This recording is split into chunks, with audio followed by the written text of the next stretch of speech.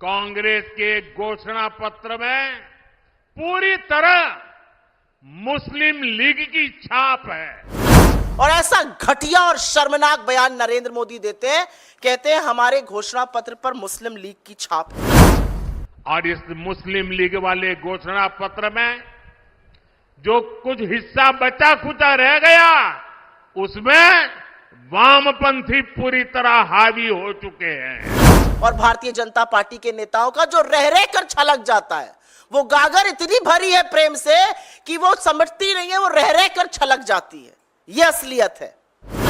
कुल मिलाकर कांग्रेस इसमें दूर दूर तक नहीं दिखाई देती है। यह भी सच है कि हमारा घोषणा पत्र लोगों की आवाज पर बना है, इसमें लोगों की अपेक्षाओं का प्रतिबिंब है।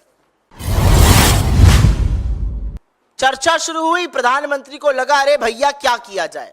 मेरा अपना मानना, और मैं दावे के साथ यह कह सकती हूं कि उनका एक चरण चुंबक उनके पास गया होगा और कहा होगा मोदी जी कांग्रेस का मैनिफेस्टो तो बड़ा अच्छा है, सब लोग बड़ी बातें कर रहे हैं, कह रहे हैं बड़ा व्यापक दृष्टिकोण है, एक पूरा खाका तैयार कर दिया है भविष्य के भारत के लिए, आपको यह सब करना चाहिए था 10 सालों में। तो मोदी जी ने उससे यह नहीं कहा हाँ सही कह रहे हो, मोदी जी ने उससे कहा रे चेले घबरा मत, अभी देख मैं अपनी अगली इलेक्शन रैली में क्या करता हूं, मुद्दे से ही भटका दूंगा। और ऐसा घटिया और शर्मनाक बयान नरेंद्र मोदी देते हैं, कहते हैं हमारे घोषणा पत्र पर मुस्लिम लीग की छाप है। असलियत यह है कि ये वो दिल में जो इतना अथाह प्रेम, इतना प्रगाढ़ प्रेम है मुस्लिम लीग के लिए नरेंद्र मोदी और भारतीय जनता पार्टी के नेताओं का, जो रह रह कर छलक जाता है। वो गागर इतनी भरी है प्रेम से कि वो समझती नहीं है, वो रह रह कर छलक जाती है। यह असलियत है। उनके मुस्लिम लीग की प्रेम की बात अभी मैं थोड़ी देर में करूंगी, लेकिन हमारे घोषणा पत्र पर किसकी छाप है, इसकी चर्चा पहले करना चाहती हूं।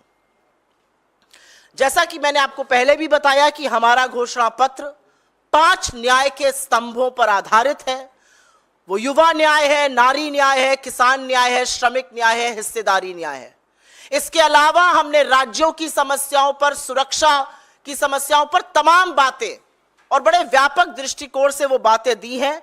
यह भी सच है कि हमारा घोषणा पत्र लोगों की आवाज पर बना है, इसमें लोगों की अपेक्षाओं का प्रतिबिंब है, क्योंकि यही दिल का प्रेम है। इश्क और मुश्क छुपाए नहीं छुपते हैं, और मोदी जी के पुरखों का मुस्लिम लीग से ऐसा इश्क है जो छुपता नहीं है।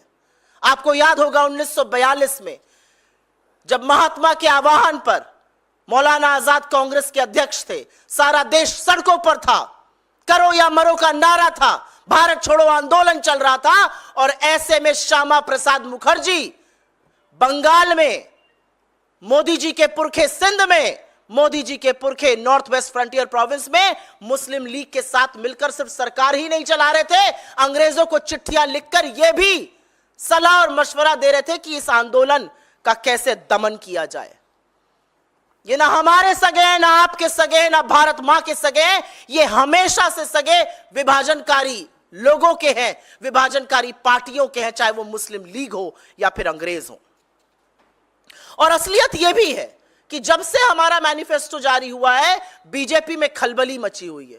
बेचारों को समझ ही में नहीं आ रहा है क्या किया जाए। वैसे ही 180 पर अटके हुए हैं, शनै शनै वो अब कम होता जा रहा है।